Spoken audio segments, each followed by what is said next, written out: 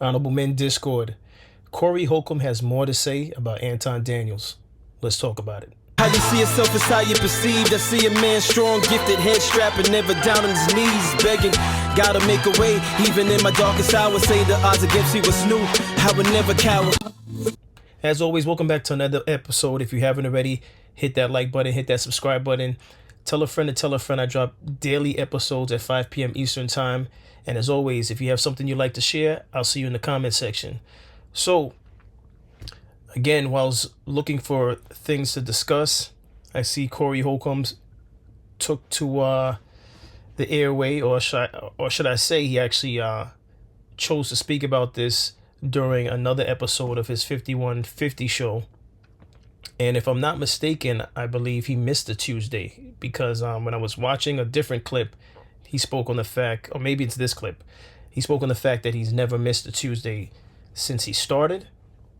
If I'm wrong in that, let me know in the comments. But with that being said, this recent episode of 5150, he decided to discuss what took place when he had Anton Daniels on as a guest. So let's get into this video and then we'll talk about it further.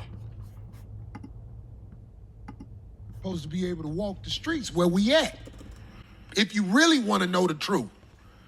But I ain't worried about that. I ain't sending nobody his way or nothing. I'm just saying, because he sent people his way himself. Yeah. Up here talking about, I was up on your shit. Man, I ain't never said this before in my life. He was bragging about being up here. Right. I have to stop it. That's incorrect. Anton Daniels said he studied him. Corey Holcomb said he's not sending anyone his way. And then he said, let's go back to this. I want to be correct with what I say. I ain't never said this before in my life. Way himself. That I ain't sending nobody his way or nothing. I want to know the truth. But I ain't worried about that. I ain't way or nothing. I'm just saying, because he sent people his way himself. Yeah. Up here. He didn't send people. I think what he was trying to say is that he sent people. Anton sent people Corey's way, which is incorrect. Towards the beginning of the interview, Corey said, I studied you. In other words, I watch your film, I watch some of your content, so I know what type of person you are. That's what Anton meant. Now, if I'm incorrect with that, let me know in the comments, but Anton didn't go there, or there was never a point where Anton was sending someone to Corey. I was up on your shit. Man, I ain't never said this before in my life. He was bragging about being up here. Right. I never said this before, but I'm finna say this for the first time, because I moved out here in 2000. I've been here 25 years. First 30 years I was in Chicago, but I've been here 25 years. I think I earned the right to say this. He talking about how he ran up on this LA, homie. You think you got a pass to come back here after saying that? I'm definitely going to need people to come in the comments with this, because he's skewing what was said by Anton Daniels. And I'm not here to take sides. Let me just make that clear. But I don't like when anyone skews words. All right? Anton Daniel pointed out the fact that, listen, I came up there, which he did go over there. I came to California. I came to your set, your show. So, and he said that he pointed those things out just to say, at the end of the day, I'm not running from anyone. I came to see you face to face and have a discussion. It didn't go as planned, but it's not like, I'm avoiding you or I'm scared of you. He's just speaking as a man. That's how I took it. All right. Corey's taking it as though Anton's acting like he's larger than life and, he's not scared of anyone. Maybe that's kind of what Anton was saying, but he's just basically pointing out the fact that, you're acting as though I'm scared of you, but I'm here. That's why even in the back and forth, he was like, I'm here. I'm right here. I'm right in front of you. Because Corey went the extent of changing seats and doing all that stuff to be all in his face. It was really unnecessary. Because truthfully speaking, if in any other circumstance you get that close in a man's face, and it's not going to end well. But let me continue. I know these boys out here. These boys out here operate in chaos. It ain't supposed to make sense. That's how they do it out here. I found that out when I moved out here. Because I was like, well, why they... And this one dude, when I did this movie, I forgot his name. I think his name was Big Slice. OG nigga from out here, ain't no joke. He was explaining to me. He said, that's how we do it out here. We operate in chaos. Man. Chaos. So I'm just telling you, you think you got me, homie. You dissed more than me. This building was built off the backs of brothers who got it in the streets of LA.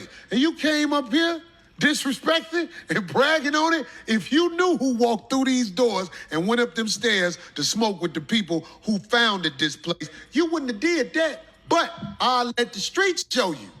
You can't perpetrate like you tough on the video and not get... Them motherfuckers gonna come see what you about, homie. I know they are.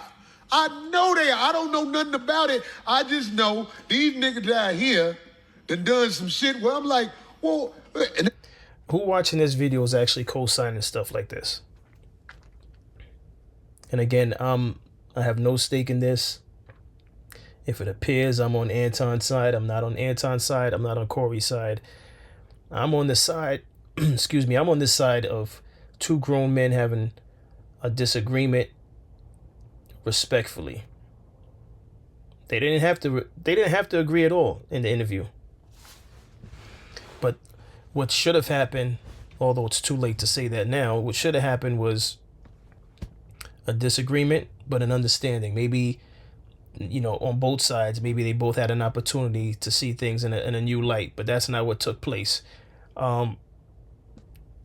This right here, why speak on something like this? This kind of goes without saying. I'd like to think Anton's smart enough to know that, and this goes for anyone watching this episode, just understand this. Whoever you have a disagreement with, whoever they are, no matter where they come from, they have family, they have friends, they have people that care about them. They have fans. They have people that are ready to show their loyalty. And this goes for either side. So what he's saying goes without saying. There's going to be people that love him that are going to want to potentially harm Anton. But the same thing goes for Anton. Anton has loved ones. Anton mentioned he has brothers. He mentioned that, you know, he fist fights with his family members, which is why he was calling them to the back room. Anton, I don't think that was him bragging. He was like, if you're this upset about it, you're moving the lady out the way to sit right next to me. Let's just take it out back. Let's not do it on camera because, you know, YouTube's going to penalize them for that. Right. And at some point in this episode, which I don't have that here, he brought up the fact that, you know, he himself was aware of the restrictions when it comes to YouTube, which Anton was saying that live on the interview. He kept saying that. He's like, listen, I respect your show. You know, I'm not going to do anything, you know, but if you want to go to the back away from the camera, we can handle it if you're that upset about it. Listen, this just comes across to me, and if I'm wrong, I'm wrong, but it comes across to me as clearly, as I mentioned in the first time I recapped this, Corey Holcomb is scarred. He's scarred. His brand is scarred to a degree. Obviously, his loyal fans are going to stay with him, but he's scarred and he knows his brand is scarred. He's embarrassed, as anyone would be embarrassed if you seem to came up short in a disagreement with someone who's a guest on your show. He's scarred, and there's no one that could tell me otherwise. I believe the man is scarred because if what I believe I heard on a separate interview or a separate video, if what I heard is true, if they missed a Tuesday He's scarred. So if last week Tuesday they didn't do anything, and then he returned with this episode, he's scarred. Why didn't he do an episode on Tuesday? There was no equipment broken. They didn't even have a fight. So it wasn't like something broke and he had to, make repairs in the studio. Nothing. There was no scuffle. So why did he miss a Tuesday? You have to stay consistent regardless of what. There's never going to be a time where everybody is for you. And by missing a Tuesday, if he missed a Tuesday, and I don't follow his episodes, but if he missed a Tuesday, that just further makes it look as though Anton got the best of him. And for those people that believe Anton got the best of him, it further proves their point. Why'd you take off a Tuesday? But let me let him wrap up, and then I have another clip of someone reacting to this episode. Like, that's how we do it. It's chaos. Straight out, yeah. So good luck to you, Lane. That sounds like a threat. Good luck to you. Why put that on the internet? Again, anyone who agrees with this type of rhetoric over the internet, let me know.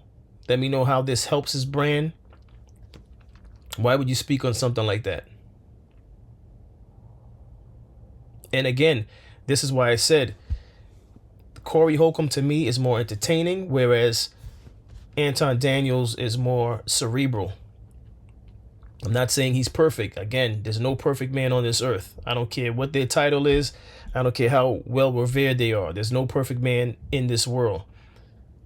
But between the two men that we're speaking on in this episode, Anton Daniels and Corey Holcomb, Anton Daniels more of an intellectual, whereas Corey Holcomb's more of an entertainer. I'm not saying Corey Holcomb doesn't have wisdom for his age, but they're not on the same. They're not on the same level. They're just not. You can disagree with me, but if you watch enough of both contents and their talking points, Corey Holcomb is limited. All right. So let me just go into this last clip. This is someone reacting to that interview, and I have something to say about what his thoughts actually. Corey Holcomb responds to the Anton Daniels situation. And the one thing I love that he did, y'all, he pointed out is the difference between the real life and the street life. This brother Corey is 57 years old. He has the right to wolf and say what he wants to say. But the one thing I love that he pointed out is that how the deflection of I'm not black, I'm Christian first was a narrative that kind of went past a lot of people. And you can defend and feel how you want to feel, but I do believe streets will respond accordingly. You know, as a man, you got to understand, y'all, the threat of violence is always among us. So when you disrespect somebody that is truly respected, loved, and admired, I hope you know there are consequences. And I know people tend to think ain't nothing, I'm good this way. But in reality, the streets always respond. And as somebody that grew up in that environment and understands it well, you best believe yapping, going online, doing it for chance and doing it for a certain audience, you got to deal with the repercussions. And I think Corey's live last night, if you haven't seen it, on the 5150 show, was an amazing synopsis of that. Tap in and see it. Corey Holcomb. All right, so my response to this man who mentioned that the streets are going to respond about Anton saying he's a Christian first and not claiming that he's black first before Christian. I don't think that would be the reason why the streets respond. Now, if he's talking about the streets meaning the black community, then just say black community. The black community and the streets are two different things. As far as the streets responding, here's my take on that. Again, if the streets respond, it's because they're looking at it like, oh, this guy came to California and he disrespected someone we beloved on our soil. That would be the reason why the streets respond. Not because he said he's a Christian first before acknowledging that he's black. He's clearly black. Now, that wouldn't be the reason why the streets respond. The streets don't even have any real They don't have a real system. They don't have structure. That's the word I was looking for. There's no real structure in the streets. And I say that respectfully. They're not caring about whether or not you say you're a Christian before you're black. They just want to know whether they feel like you disrespected them.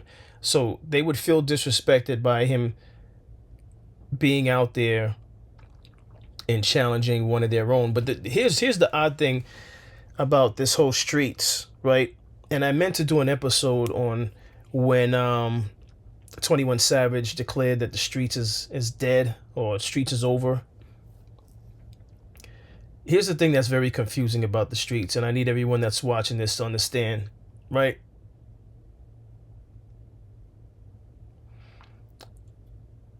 Last time I checked, I thought the streets respect anyone who's willing to have a fair one. What Antoine said to Corey was disrespectful, but that was between two people. And last time I checked, and I don't know if things have changed, I'm not in the streets. Last time I checked, a fair one was always respected. All right. So if Corey felt disrespected by what Antoine said, "Hey, let's go to the back. We're not going to do it on camera. I'm not looking to mess up your money." He even said all these things I'm saying right there in the interview. So you can go back to watch the full interview and see that he said all these things. So I don't see how the streets would see that as a bad thing. I don't see how they would feel disrespected. He had an issue with someone that they like, that they respect and love out there, but he wanted to shoot a fair one. I don't see where the issue is. When he left and was disrespected, when his partner Mika, when they were leaving with the bodyguard, Corey was very disrespectful on the way out, especially to her. And she's a female. Two, she had nothing to do with any of it. She never chimed in during the back and forth. You didn't hear a peep out of her. And my next episode tomorrow is on Mika. But Corey was very disrespectful. So it's very convenient. Obviously, this guy, I'm going to chalk it up as this guy's a Corey Holcomb fan. See, this is why I say in this episode, I'm non-biased. I'm not in favor of Corey, and I'm not in favor of Anton when it comes to this particular topic. I watch both of their content from time to time, but this topic about what took place with their feud, with them feuding on the episode, I'm non-biased. I'm gonna call it like I see it, and I don't see how the streets would feel disrespected from anything Anton did. He left. He was disrespected on his way out. He shook the man's hand. The man wasn't satisfied. The man being Corey. Corey decided to continue to talk about how he felt disrespected. And then when when Anton asked him to step outside, he didn't want to step outside. So which one is it? You shaking my hand? I'm asking you to go. You're shaking my hand, but then you're still upset. Then you don't want to go out back. When I'm leaving, when I decide, you know what, this is not going to go anywhere, and I get up and I leave, I don't knock over your microphone. I don't disrespect your set. See, had Anton did something like that, then I could understand where this guy's coming from talking about the streets. But please let me know in the comments, what did Anton do that warrants the streets being involved? Why is that even a topic? Why is this guy commenting on the streets? Why is Corey commenting on the streets? Why are we talking about that? This is two grown men that shouldn't even be fighting in the first place at their age, but it's two grown men that had a verbal disagreement. Why are we talking about the streets?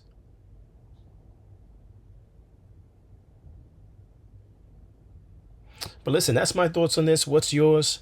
As always, I appreciate everyone for tuning in. As always, before I say as always, tell a friend to tell a friend. I drop episodes daily at 5 p.m. Eastern time. I really would appreciate if you all do that. I'm really trying to grow this channel, and trust me, it's going to continue to grow, not just in subscribers, but it's also going to grow as far as the presentation. But everything takes time, and I'm in it for the long haul. But I appreciate all of you, especially those of you that are already subscribed to the channel. And as always, stay honorable.